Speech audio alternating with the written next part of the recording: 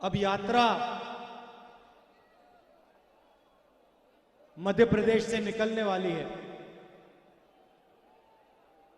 कन्याकुमारी में शुरू हुआ, केरला, कर्नाटक, तेलंगाना, आंध्र, महाराष्ट्र, अब मध्य प्रदेश, और इसके बाद ये यात्रा राजस्थान, हरियाणा होकर दिल्ली पहुंचेगी और फिर श्रीनगर तक ये यात्रा जाएगी और वहां पे हमारा जो तिरंगा है उसको हम फहराएंगे। मगर ये जो यात्रा है ये कांग्रेस पार्टी की यात्रा नहीं है।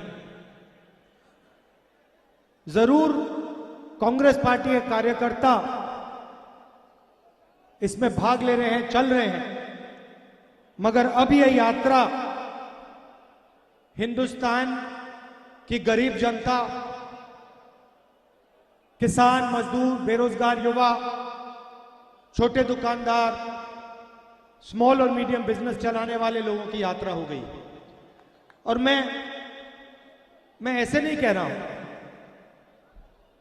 क्योंकि अगर मैं दोहराता रहता हूं, अगर आप स्टेज पे देखें, हमारे कार्यकर्ताओं से बात करें, हमारे नेताओं से बात करें, तो सब आपको बताएंगे 8 घंटे चलने के बाद, 25-26 किलोमीटर चलने के बाद, 6-7 घंटे चलने के बाद किसी को यहां थकान नहीं हो रही। थकान क्यों नहीं हो रही? क्योंकि हम अपनी शक्ति का प्रयोग नहीं कर रहे हैं। आपने अपने प्यार को हमें दिया, पूरी की पूरी शक्ति मध्य प्रदेश के युवाओं ने, किसानों ने, मध्य प्रदेश के माताएं बहनों ने पूरी की पूरी शक्ति इस यात्रा में डाल दी। और इसीलिए हमें थकान नहीं है। और ऐसी भीड़ हर शहर में, हर कस्बे में, सड़कों पे दिखाई दे रही है। तो यात्रा का लक्ष्य क्या है? हमने यात्रा शुरू क्यों की?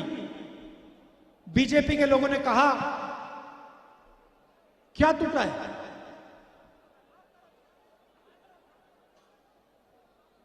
देखिए, सड़क पे मैं लाखों लोगों से मिला हूं। हजार क्या हजारों कहना चाहता था, मगर नहीं, हजारों से नहीं, लाखों लोगों से मैं मिला हूं। किसानों से, मजदूरों से, बच्चों से, सबसे।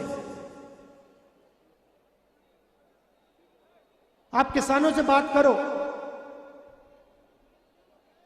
सीधा आपको 3-4 चीजें कहते हैं। यूरिया नहीं मिलता, डीएपी नहीं मिलता, जब मिलता है बहुत महंगा हो गया है। हम बीमा का पैसा भरते हैं, तूफान आता है, आंधी आती है, नुकसान हो जाता है, खेत बर्बाद हो जाता है। बीमा वाली प्राइवेट कंपनी मिलती नहीं है, ना इंटरनेट पे मिलती है, ना टेलीफोन पे मिलती है, सही दाम नहीं मिलता, हमारा कर्जा माफ कभी नहीं होता। और पूछते हैं किसान, पूछते हैं, राहुल जी हमें आप एक बात समझाइए, हिंदुस्तान के सबसे बड़े अरबपतियों का कर्जा माफ हो जाता है, बैंक के सामने लाल कालीन लग जाता है, और हमारा 50,000 रुपए का लोन, 1 लाख रुपए का लोन माफ नहीं होता। क्यों? हमने क्या गलती की? हमने क्या कमी है? ये हजारों किसानों ने मुझसे पूछा।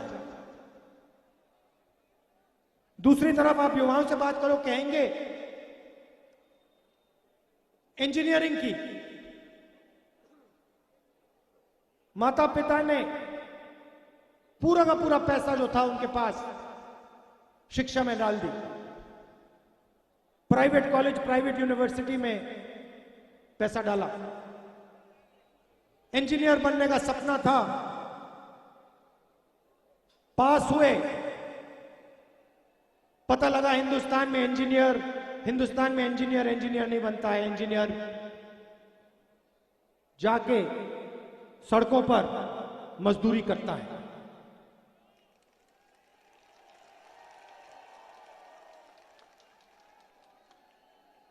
छोटे दुकानदारों से पूछो, कहते हैं राहुल जी, नोटबंदी ने, जीएसटी ने हमारे बिजनेस को, धंधे को खत्म कर दिया है। 2 दिन पहले छोटे व्यापारी आए, कहते हैं राहुल जी, रास्ता साफ किया जा रहा है, रास्ता साफ किया जा रहा है। मैंने पूछा किसके लिए, कौन सा रास्ता साफ किया जा रहा है? कहते हैं हिंदुस्तान के सबसे बड़े अरबपतियों के लिए रास्ता साफ किया जा रहा है, हमें उठा के परे किया जा रहा है।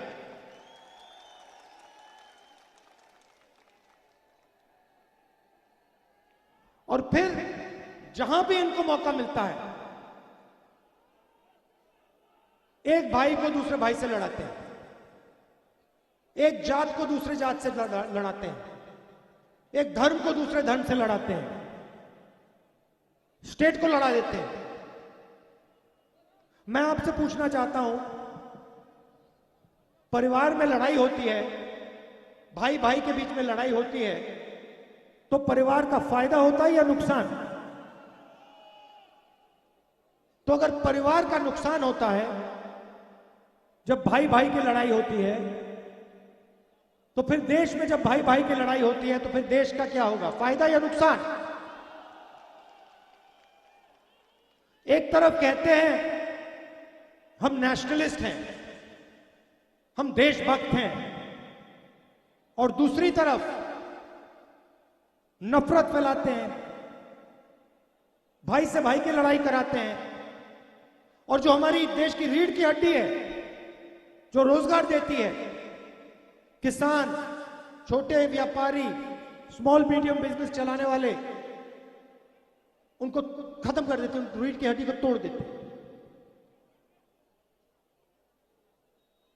मध्य प्रदेश में युवाओं को रोजगार नहीं मिल सकता। कुछ भी कर लो, कुछ भी कर लो आप, मध्य प्रदेश के युवाओं को, बाकी हिंदुस्तान के युवाओं को रोजगार नहीं मिल सकता।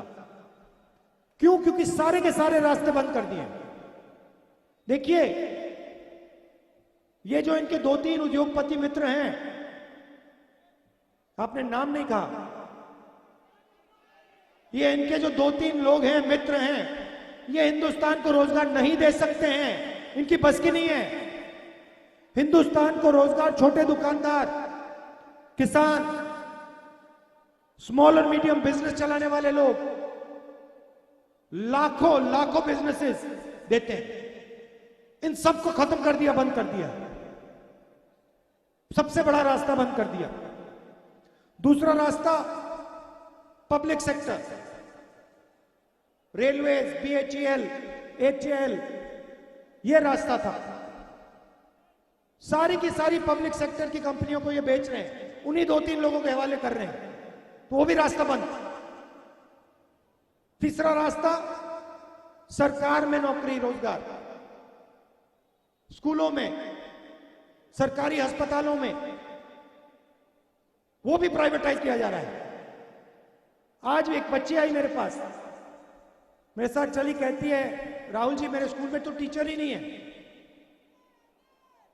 मैं स्कूल जाती हूं, पढ़ने जाती हूं, टीचर ही नहीं है। सामने ब्लैक बोर्ड के सामने बैठ जाते हैं और घर चले आते हैं। यह है मध्य प्रदेश की शिक्षा।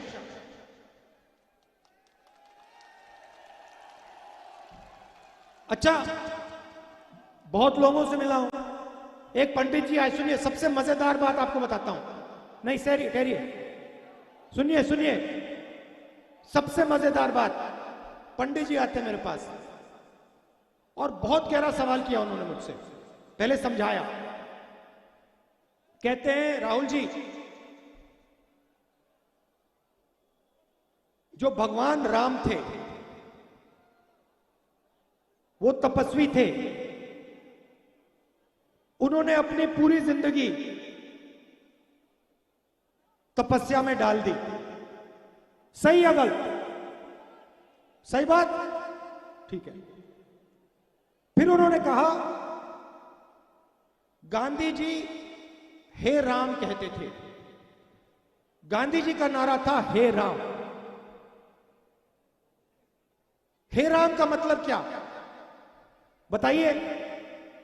जब गांधी जी कहते थे हे राम, उसका मतलब क्या था? चुप हो गए? नहीं, हे राम का मतलब राम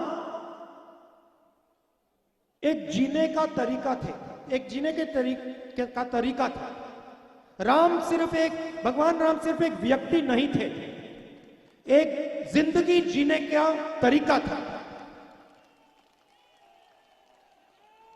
प्यार, भाईचारा, इज्जत, तपस्या,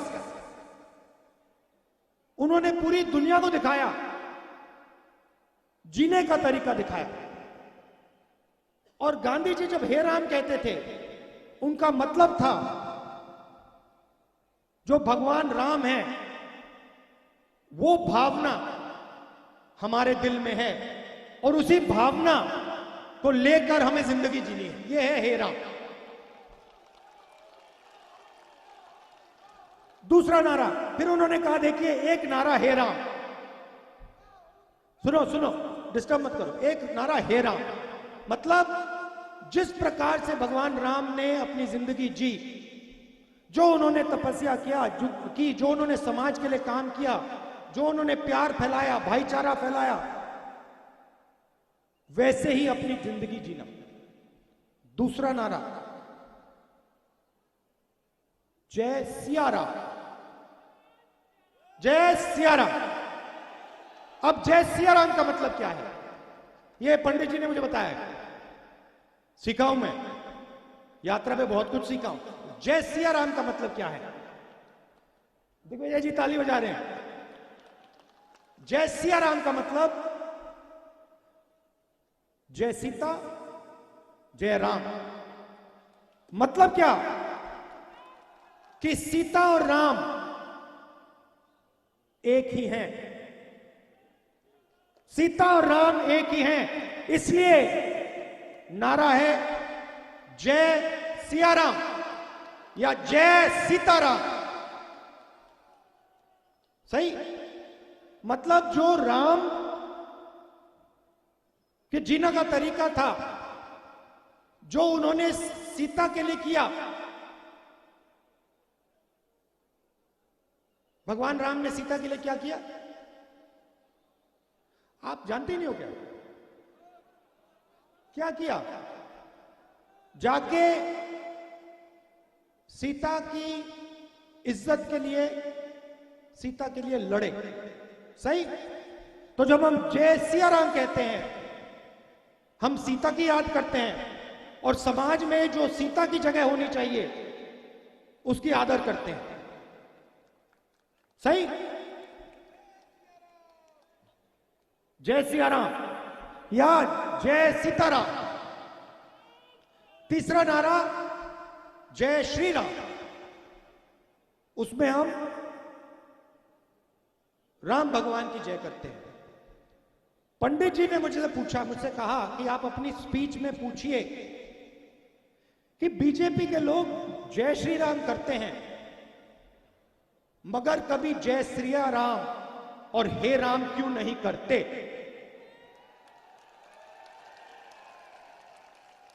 मुझे बहुत अच्छा लगा, बहुत गहरी बात बोली, क्योंकि वो सबसे पहले आरएसएस के लोग, बीजेपी के लोग, क्योंकि वो सबसे पहले जिस भावना से राम ने अपनी जिंदगी जी, उस भावना से अपनी जिंदगी नहीं जीते हैं। क्योंकि राम ने किसी के साथ अन्याय नहीं किया। राम ने समाज को जोड़ने का काम किया। राम ने सबको इज्जत दी। भगवान राम ने किसानों को, मजदूरों को, व्यापारियों को, सबकी मदद की। सही? ठीक है। तो जो उनकी भावना थी, जो उनका जीने का तरीका है, उसको आरएसएस के लोग और बीजेपी के लोग नहीं अपनाते। और तीसरा नारा, शायद सबसे जरूरी नारा, वो सिया राम जय श्री राम तो कर ही नहीं सकते, क्योंकि उनके संगठन में एक महिला नहीं है। तो वो जय सिया राम का संगठन ही नहीं है, क्योंकि उनके संगठन में महिला तो आ ही नहीं सकती, सीता तो आ ही नहीं सकती। सीता को तो बाहर कर दिया। अब ये बहुत गहरी बात मध्य प्रदेश के एक पंडित जी ने सड़क पे मुझे कही है। कैसी लगी आपको? बढ़िया लगी? तो हमारे जो आरएसएस के मित्र हैं, मैं उनसे कहना चाहता हूं, जय श्री राम जरूर, जय सिया राम और हे राम तीनों का प्रयोग कीजिए और सीता जी का अपमान मत कीजिए।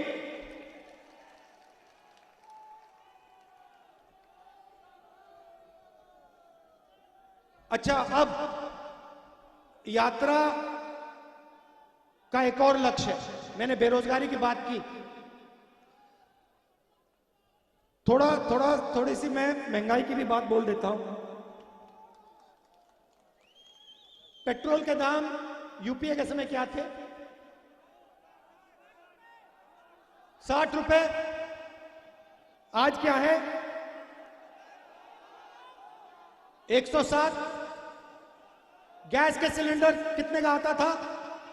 400। आजकल देखो भैया, अपना एक हाथ ले लो। ये मतलब 3 हाथों की जरूरत है। तो ये जो पैसा आपकी जेब में से निकल रहा है, जा कहां रहा है? पैसा गायब तो नहीं होता। आपको जब पैसा मिलता है, आप अगर उस पैसे को ऐसे रख के गिराते तो गायब तो नहीं होता ना, आपके जेब में से कहीं और जाता है ना? आप किसी दुकानदार को देते हो तो पैसा घूमता है।